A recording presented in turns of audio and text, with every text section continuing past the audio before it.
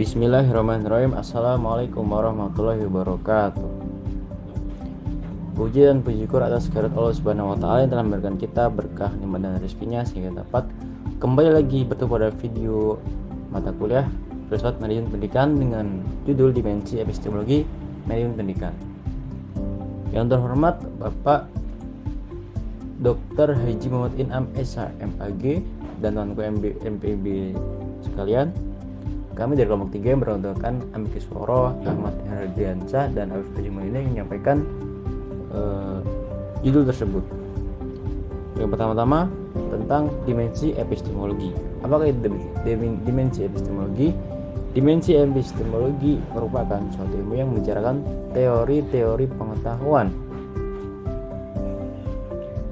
Umumnya epistemologi ini membahas tentang proses berpikirnya manusia untuk mendapatkan informasi pengetahuan berdasarkan rasio indranya serta intuisinya. Lalu, apakah itu manajemen pendidikan? Manajemen pendidikan adalah seni atau ilmu mengelola sumber daya pendidikan untuk mewujudkan suasana belajar dan proses pembelajaran agar peserta didik secara aktif mengembangkan potensi dirinya untuk memiliki kekuatan spiritual, keagamaan, pengendalian diri, kepribadian, kecerdasan, akhlak mulia, serta keterampilan yang diperlukan dirinya, masyarakat, bangsa, dan negara. Jadi, maksud dari epistemologi pada manajemen pendidikan membahas tentang bagaimana sesuatu itu, bagaimana proses membangun ilmu manajemen pendidikan Islam. Dalam hal ini meliputi sumber-sumber apa saja yang diliputi adalah sumber-sumber sarana dan prasarana, cara bagaimana mengukur kebenaran ilmiah yang dianut dalam membangun teori atau theoretical construction manajemen pendidikan Islam. Baiklah, saya akan menjelaskan tentang fungsi epistemologi pada manajemen pendidikan Islam. Pada manajemen terdapat beberapa fungsi, yaitu perencanaan, perorganisasian, pelaksanaan, dan pengawasan. Fungsi-fungsi tersebut dikaitkan dengan epistemologi, yaitu sebagai berikut. Yang pertama adalah perencanaan. Perencanaan adalah sejumlah kegiatan yang ditentukan sebelumnya untuk dilaksanakan pada suatu periode tertentu dalam rangka mencapai tujuan yang ditetapkan. Tujuan perencanaan adalah salah satunya yang pertama standar pengawasan, yang kedua mengetahui kapan pelaksanaan dan selesainya suatu kegiatan, yang ketiga mengetahui siapa saja yang terlibat, kemudian yang keempat mendapatkan kegiatan yang sistematis, kemudian yang kelima meminimalkan kegiatan yang tidak produktif, yang keenam mendeteksi hambatan dan kesulitan yang ditemui, dan yang terakhir adalah mengarahkan pada pencapaian tujuan.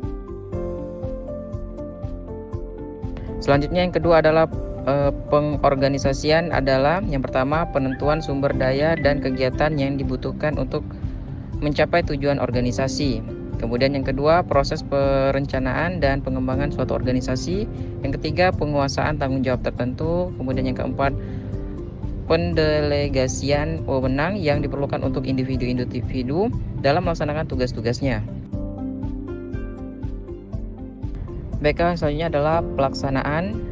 Apa itu pelaksanaan? Setelah melaksanakan perencanaan dan perorganisasian, yang terpenting adalah implementasi. Dari perencanaan yaitu pelaksanaan dalam program organisasi sangat bertanggung jawab dari dua aspek, yaitu kepemimpinan dan motivasi, yaitu motivasi kerja anggota organisasi. Antar pemimpin dan pelaksana mempunyai tugas dan bertanggung jawab masing-masing atas tugasnya. Program tidak akan berjalan sesuai dengan yang diinginkan apabila tidak didukung oleh kepemimpinan yang kuat dan motivasi kerja para anggota organisasi. Yang keempat adalah pengawasan atau controlling. Ya, yang sering disebut dengan pengendalian. Pengendalian adalah proses pemantauan, penilaian, dan pelaporan perencanaan atau pencapaian tujuan yang dicapai yang telah ditetapkan atau ditentukan untuk tindakan korektif guna mempunyai penyempurnaan lebih lanjut. Tujuannya adalah yang pertama, menghentikan atau menindakkan masalah, penyimpangan, penyelewengan, pemborosan, hambatan, dan ketidakadilan. Yang kedua yaitu mencegah terulangnya kembali kesalahan, penyimpangan, penyelewengan, pemborosan, banbatan, dan ketidakadilan juga. Yang ketiga, menciptakan cara yang lebih baik untuk membina yang telah baik. Yang keempat, menciptakan suasana keterburukan, kejujuran partisipasi, dan akuntabilitas organisasi. Yang kelima, meningkatkan kelancaran organisasi. Yang keenam, memberikan opini atas kerja organisasi. Yang intinya, manfaat pengawasan adalah meningkatkan akuntabilitas dan keterbukaan dalam organisasi.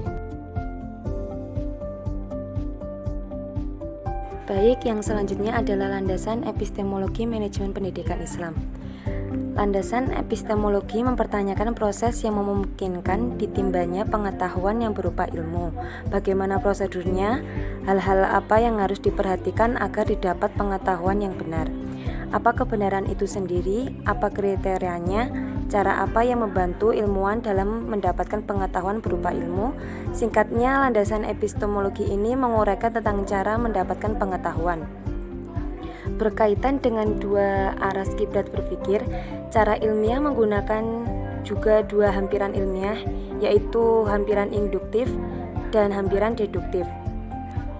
Landasan epistemologi dari manajemen kependidikan ini berpijak pada hampiran induktif dan hampiran deduktif. Yang pertama adalah hampiran induktif, dalam arti ada fakta, peristiwa atau amatan tentang pendidikan atau empirik yang digunakan untuk membentuk dan memodifikasi konsep atau menata dalil atau abstrak. Misalnya ada fakta kurikulum, tenaga kependidikan, siswa, keuangan sekolah, sarana prasarana, hubungan masyarakat dengan sekolah. Fakta-fakta ini perlu dikelola atau direncanakan, diorganisasikan, diarahkan, diawasi, dan dinilai. Pada aras berpikir seperti itu ada upaya untuk membentuk konsep, yaitu konsep manajemen pendidikan, dan menata dalil dengan asumsi atau andaian bahwa dibutuhkan manajemen untuk mengelola dan mengatur pendidikan.